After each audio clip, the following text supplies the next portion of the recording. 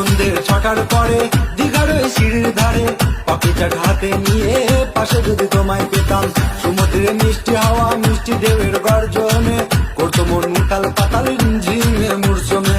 দীঘার ওই বালু চড়ে কত রঙের পাখি ওড়ে, জড়িয়ে স্নান করে মনের আনন্দতে।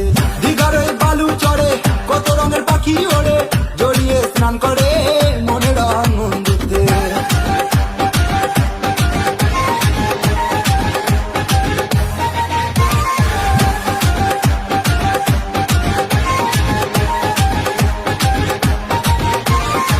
বুম্বাদার শহর দিয়ে যেতে হয় ভ্রমণেতে, মনেতে বাজনা বাজে দেখা হবে বলে।